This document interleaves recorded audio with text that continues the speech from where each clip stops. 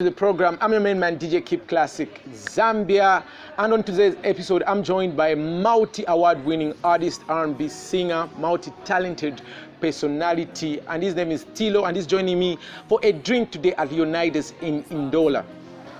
Welcome to the program, Tlow. Thank you so much. How have you been? I've been alright, man. It's been a while since we last talked. Yeah, it's important. At least today pushing. Oh, Jesus. So welcome to Sip and Talk. Sip and talk. So what are you having? What drink are you having? Maybe some shivers on the rocks. Okay, our lady is here.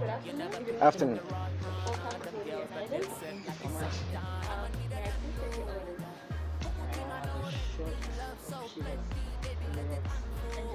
I'm having black label. Thank you very much. So Batiro, to the Terama drinks. But we can now get into our business here. I know a lot of people are following your music, and your music is really doing well at this particular moment in time. So take us back to when this all started. Let's start from the very beginning. To go back, I think I would say 10 years ago. Yeah, man. Because I've been in the industry for more than 10 years. Yeah, man. But professionally, I started somewhere 2011. Pushing my careers, yeah.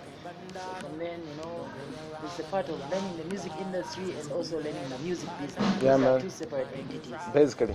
So I've been pushing on the music aspect, trying to get the vocals right. I'm Yeah, man. Yeah. Part of improvement here from Sana, man. So yeah, steady rising, pushing, trying to make what is working work for now. Yeah, man. And making sure that the vision is still going forward, because there are artists like us who really want to get there. Yeah, man. Like really get there. So yeah, man. It's been a process. So yeah, we're still trusting. Yeah, man. So no, that's actually a good thing, man. So moving forward, apart from music, what else do you do? What else are you into? In short form, I would say I'm an entrepreneur. Yeah, man. I own a couple of businesses that I'm running. Okay. I'm still pushing. They're still small businesses. But so far so good. We're pushing. Away from that, professionally, I'm an engineer. Yeah, which man. hasn't really been working. It's so funny because when you're in Zambia, you go to college or university. Yeah, man. You do a degree, a diploma, a certificate of some and yeah, you man. end up getting the wrong job, you know what I mean? But yeah, basically. people like me, I think I'd rather do what is easy for me, and which is music. So this is my life. Yeah, That's man. my lifestyle. Yeah, man. So how did you manage to balance the two, like being in school and also doing music commercially? It's a division of labor. I feel if you really want to achieve a lot of things in life, like people like me when I was in high school, I had a teacher who told me you need to do various things to discover what you're best in. Basically. I've majored in sports. I always made sure at least I'm one of the best. Yeah, man. So I'm here now pushing my career as an artist. When I was in school, it was hard, you know what I mean? Studying and all those things. And besides, by then I was by Kipclassic University before I went to Northern Technical College. Yeah, man. So I would come from Quito, Ndola, trek every day. Yeah, man. Because I knew if I was going to be sleeping, others were probably pushing. So Basically. I had to just balance up. It's just division of labor and time. Yes, so I've been looking at your social media and I see you are very active in sport.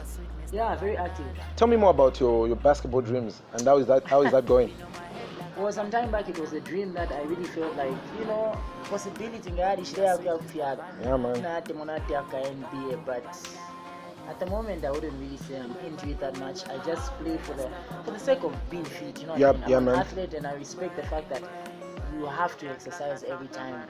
But in terms of having big dreams, like making it a big career, yeah, man. Right now I'm more focused on my music because that's what's paying the bills. Yeah, man. So engineering and basketball are just like hobbies right now. The main thing that you're doing is music. Yeah, man. I wouldn't really say my education is an hobby because it's been working in my career, you know what I mean? I've been using the knowledge of entrepreneurship to further my business as an artist. So it's been working, except I've not just been wiring houses as an electrician. And I feel that is what is lacking in most of these other artists, is that they do not take the educational part of it seriously.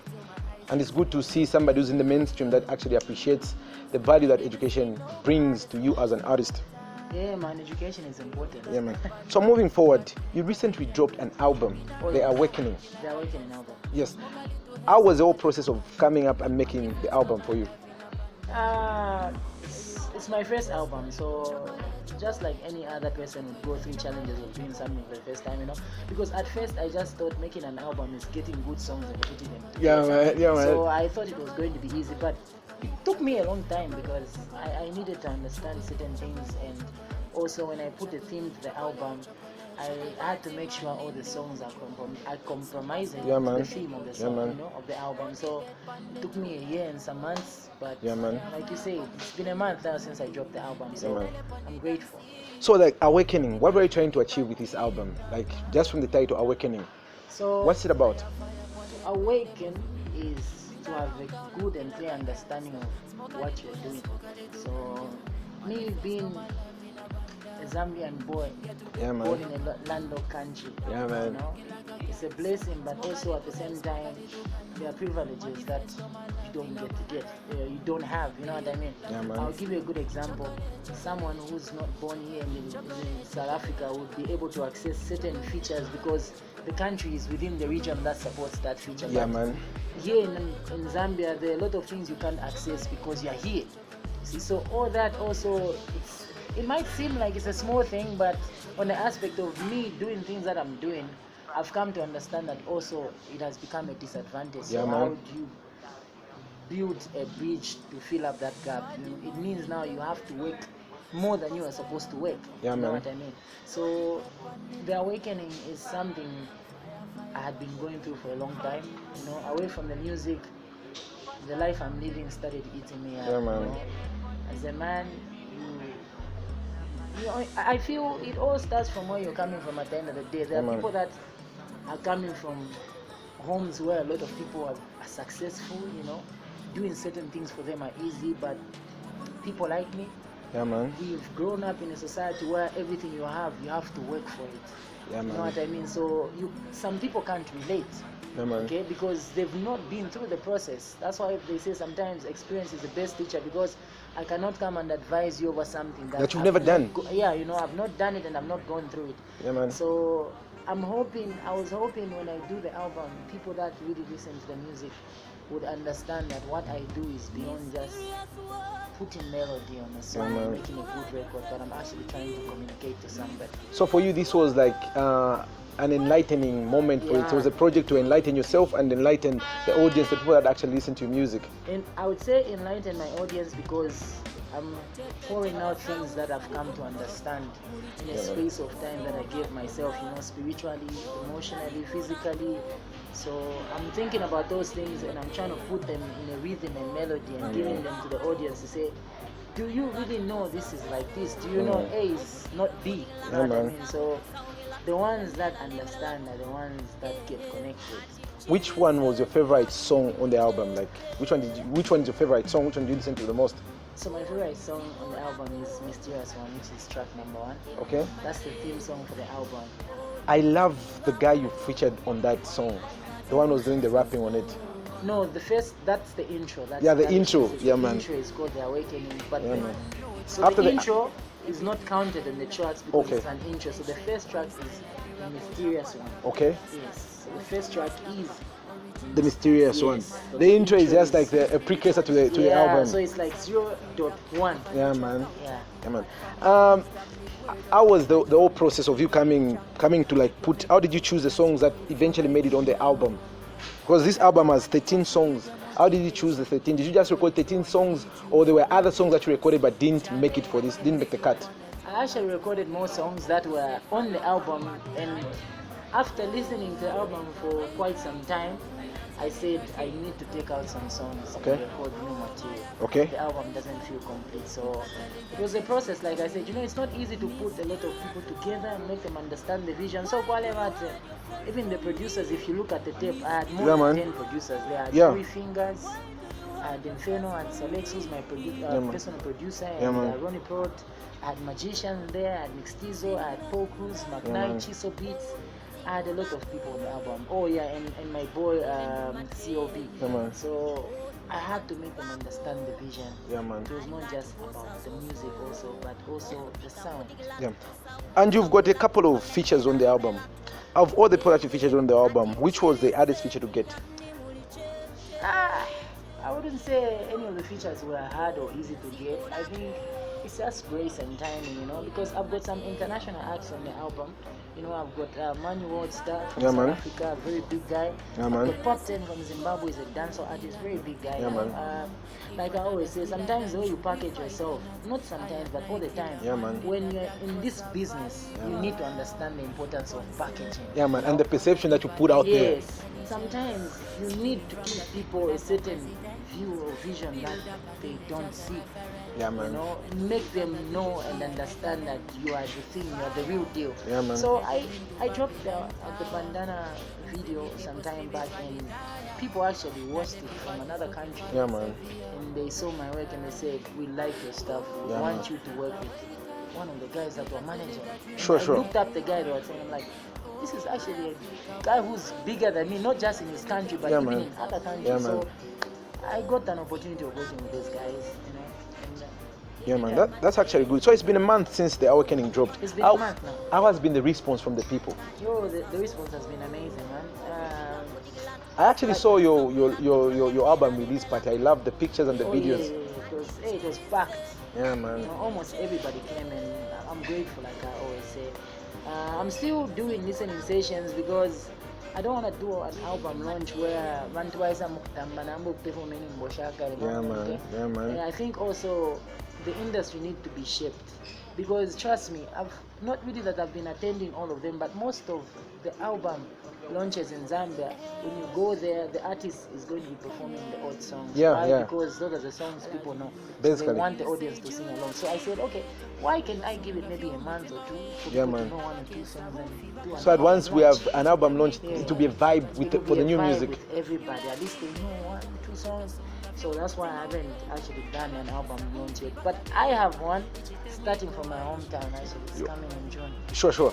So I saw you put your album on Investor Sign, which is a platform that people can use to sell music here in our country. Oh, yeah. How has been the sales? Are people really buying the content that content creators and artists like yourself are making in our country? Well, it's been a challenge, I think, with everybody. You see, our industry hasn't been really in that culture. This is when I'm Yeah, actually man. start just. You also need to understand. Consumers take time to understand certain things. They're used to hype over facts. Yeah, man. You see? Yeah, it's So a game of Bola, perception. Yeah, so you bring a product on the market, this is how it's done.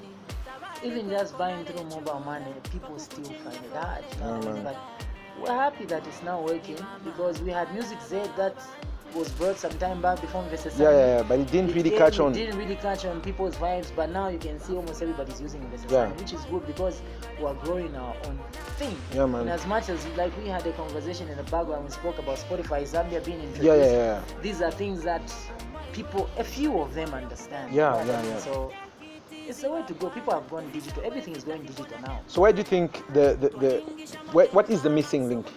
Because your music is on all these global streaming platforms. Why do you think the people are not really fully utilizing them? Is it that they're not properly marketed? People are yet not aware. Where do you think is the missing link?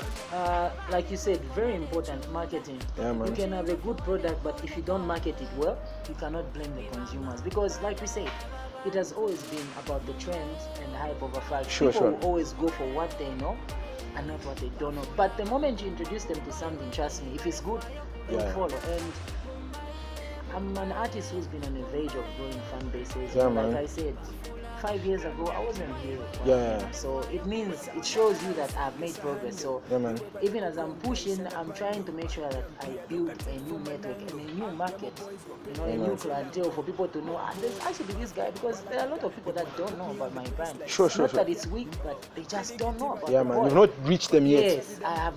The music hasn't reached them yet. Yeah, man. Yeah. So in the beginning of our interview, you talked about the music industry and the music business. Yeah. So let's talk more about the business aspect of the music.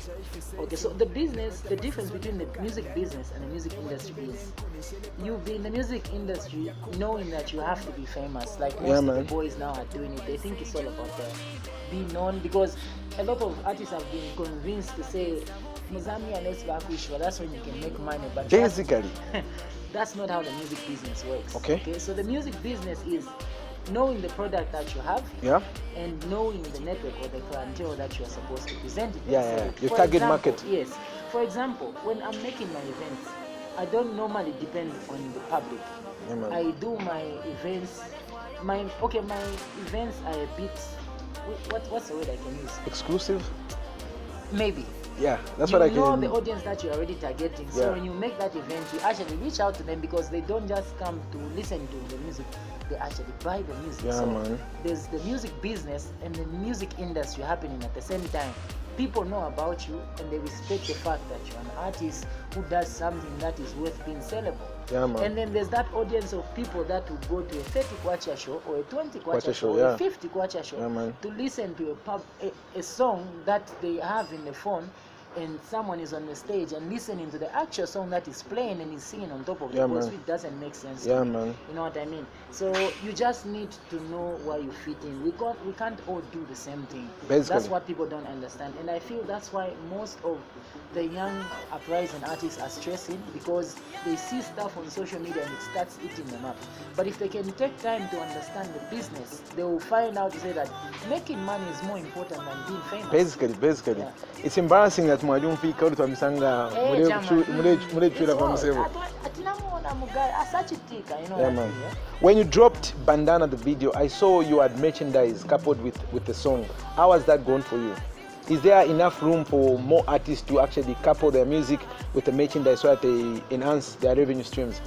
Yeah, that's the way, man. Because right now, trust me, if you're going to get into this business, the entertainment business, you need to know that it's all about the business. Yeah, man. So if people know about you, shirt, 5 kwacha, 20 kwacha, they'll buy. Why? Because they respect the brand. So before I actually dropped the video, I started selling bandanas, and people had no idea to say I was going to drop the video. Yeah, man. So they were surprised when I dropped the video that, you know what I mean? I was selling bandanas, they all finished. I tried, I made more, they finished. I didn't have a source of getting them in bulk. Yeah, man. But I've been trying, So the market was bigger than your supply. Bigger than the supply. So I had to stop and say, I can't start taking people's money when I don't have mates. So what I'll do is, I'll give it time, brand enough, then get them back on the market. Yeah, man. So apart from the bandanas, do we expect you dropping any other merch line?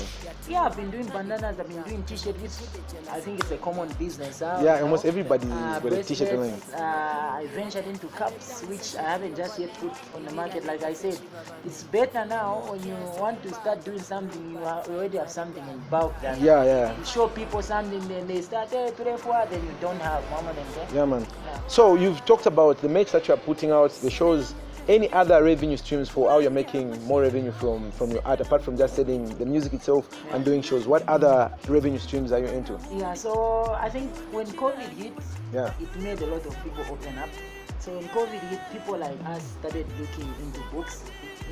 I think for 2 years now, I've been working as an influencer. Okay. Yeah, with the social numbers that I have, I've been able to, do some documentaries, present to companies that need marketing and stuff. Had an opportunity, I worked with Black Label Curling from South Africa. Did some work for a few small companies, and now I'm working with one expert from Russia. Let's even talk about that. How, for an up-and-coming musician, like somebody that might be watching us right now, how do you get an endorsement as an artist? What are the prerequisites? What does somebody need to do to make sure that they get themselves in a position where they can work with companies that, like you've talked about, you've worked with Curling, Black Label, you're working with Unexpect, and many other corporate entities. How does an artist position themselves to be in such a position that they can work with these entities? Well, like I said, these people are, some of them, they are looking on social media, following, we know, like OneXBet, Curling, Black Label. These are not companies I had approached. They saw my social numbers on Instagram, and then they send me a text, and from there we did the emails. So it's how you package yourself there. That's how you package yourself. Maybe people wouldn't know you with your music, because these people are not looking for a superstar. They're just looking for an influencer. But then how are you going to be an influencer? What is it that you're doing that is influencing those numbers you have? You know what I mean? That's what they're looking for. So I think my advice would be, you package yourself properly, market yourself properly. Some deals, you don't have to wait for them. Like I said, you propose, you want something, you reach out. Yeah, man. Yeah. So when you talk about numbers, for somebody that doesn't understand, what do you mean when you say they look at your numbers? Is it the record sales? Is it your social media numbers? Which numbers are we talking about? And so the numbers I'm talking about is the followings that you have, Twitter, Facebook, Instagram, TikTok, you know what I mean? And you know, it's all about the trends now. Like you said, right now, TikTok is like the biggest social media. And you know, like I opened a TikTok, used it one day, and then I've never used it again. Oh yeah. It's hard, TikTok. Yeah, I had to be brave as well. I think my account is like 2 weeks old now. Okay. I started understanding, because that's how it is. If you don't want to ride the wave, you remain behind. Yeah, man.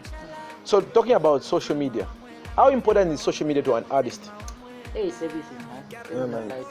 Social media right now is everything, because it's like the biggest platform of marketing and advertisement. Yeah, man. You are selling something to someone who's even actually not in Zambia. Social media. We're buying stuff from eBay, and these are things that we started doing a long time ago, but we just never understood the concept. Yeah, man. So like, how have you incorporated social media in your marketing and branding of your music?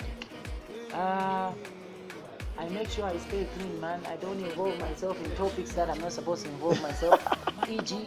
politics. Yeah, man. In as much as I'm a citizen, I'm unaffected, I wouldn't go out loud and say things about politics in public. And especially the time that we're in right now, we're in the political season. Yeah. So I don't associate my brand with certain things. Yeah, man. Because I know what they can do to your brand. Yeah, man. You might benefit in the short term, but in the long run it will ruin. It will kill you. Yeah, man. Yeah. So like for an artist out there who's in this business, what advice would you give them about social media? What are some of the pointers, some of the things that have worked for you? How can they use their social media to better and to push their career forward? Hey, just to keep it clean. Let it look enticing. You're a product, so when you put out yourself there, you have to look attractive to people that don't know you, you know. They look at something, who's this? What is this? You know, that's what everybody is all up to when they're on social media. They're looking for something that will catch their eyes. So when you announced that you'll be dropping this album, The Awakening, I saw you were working with an international record label, Meti Records. What happened? At the beginning you were with them, and then as we went towards the release of the album, I realized that you had gone independent again. Yeah. What happened? How did you, was there a falling out? What happened? Yeah, so I had an opportunity. I signed with Meti Records last year, July. Along the way, everything was okay, but we just couldn't conclude certain business together, you know. Yeah, man. Some incidents happened and we couldn't conclude, but there isn't anything that's there to say we fight or anything. No, they're good people. Everything they did for me, they gave me the copyrights, and that's still helping me. One or two things, you know what I mean? There isn't anything to say, no, Shani.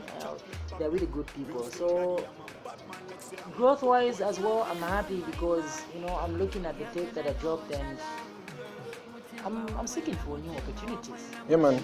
So you being signed to Meti Records was not the first time you are signed to a record label. You are actually. I remember earlier in your career, you used to shout out Guap Music, Guap Music. I thought you were also signed under Guap Music. No, Guap Music was not a record label. It was a recording studio label, and it was an initiative that we all started. Okay. Me, Kareem, and a few guys that were there. Yeah. You know, maybe so rest in peace. So after his departure, unfortunately, it couldn't go on. Yeah. You know, but even before that, I had actually left the recording label. I had gone to the circuit and started working with some other people. Yeah, man. Yeah. So, like, you've been signed and now you're independent. Yeah. Which one do you think is better for you? And what would you encourage someone out there that is looking to get themselves signed to a record label? For me, like I said, I've invested a lot of time and energy. A lot of people have put resources for me to be here. It would be an advantage if I signed to a record label that understands my vision. Yeah, man. Okay? Yeah, for example, like the way I got into terms with Meti Records and they said, okay, we want to do this for you because we've seen you're doing this and that. It would be nice for someone who doesn't really have, someone who hasn't had this exposure I've had, it would be nice for them to be signed. Why? Because they'll have financial support and coverage. Well, for me, I'm not looking for the small things that I've been able to do. Because you can do them on your own. I can do them on my own. I'm looking for something that when people present to me and say, if people talk about Kipclassic, I know I can't do it in that capacity. You know, so as now, I'm happy to be solo because I'm able to maneuver. Yeah. I've seen in the recent past, with the coming up of Kalandanya Music and Nexus, almost everyone is getting signed. Have they approached you? Or if they approach you, would you sign? Like I said, if they approach me, I would sign depending on what they're offering me. Yeah, man. If I'm comfortable and I know we can work, because it's a two-way thing. It's not like they're coming to help me, no. Yeah, man. They're already, it's a non-brand. It's a business. You know what I mean? It's business at the end of the day. They're not just investing in you to look good. No, they want to make their returns. They want to make their money. That's why they're investing in you. I made some couple of moves. You know, I was in talks with Nexus some time back, but things haven't just really unfolded to it. But I'm still happy with being alone right now. Yeah, man. But if any opportunity comes that will be in sync with my vision, we'll work, man. We have to work. We have to put Zambia on the map. So this album is a classic. I've had time to listen to it over and over again. Where can the people get the hard copies of this album? So the hard copies, because now everything is gone digital, hard copies are just souvenirs. And not Yeah. has got a cassette to play a CD, you know. Most of the people are buying digital, most of the people are streaming, like you said, streaming it, which is good. That is also money. Sure. So if they need hard copies, they just need to reach out to me on any social media platforms. Okay. And plus I respond if they are business oriented. Yeah, man.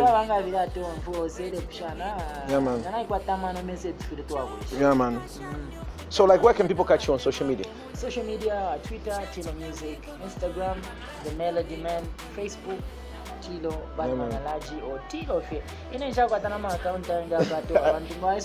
People need to be checking. Authentic. Yeah, man. You click on it, the numbers can tell you, the content itself, man. So I don't know why people actually even get scammed when you can easily tell this is authentic, this is not. Because we're upon a live, Paga County outfit, for live video. Yeah, man. So yeah. So, Mr. Tlow, I've had a nice time talking to you. So before we come to the end of the interview, any last words to our viewers? Big shout out to everybody who's watching this interview right now. Make sure you go and check out the Awakening album. It's out now, 4 weeks old. I hope you're gonna love the sounds, and please keep supporting Zambia music and keep buying Zambia music. Also, big shout out to Leonaides for hosting us and holding it down for us. Sip and talk chat. Thank you for having me. So at the end of everyone that I sip and talk to, we make a toast. So let's make a toast. Let's make a toast, man. Yes. To more success, more wins, and more wealth, more basically, man. And we hope the numbers keep growing and you get better brand deals. Millies now. Yeah, man. We want millies now. Yeah, blessed. Yeah, man. Thanks, man. Thank you so much. So that was Tlow. He was chatting with me. We are here at Leonaides. Remember to subscribe to the YouTube channel. It's Z Underground, and follow me on Facebook, Twitter, and Instagram. It's DJ Kipclassic on Facebook, Mr. Kipclassic on Twitter, and Kipclassic on Instagram. Until the next time, thanks for tuning in.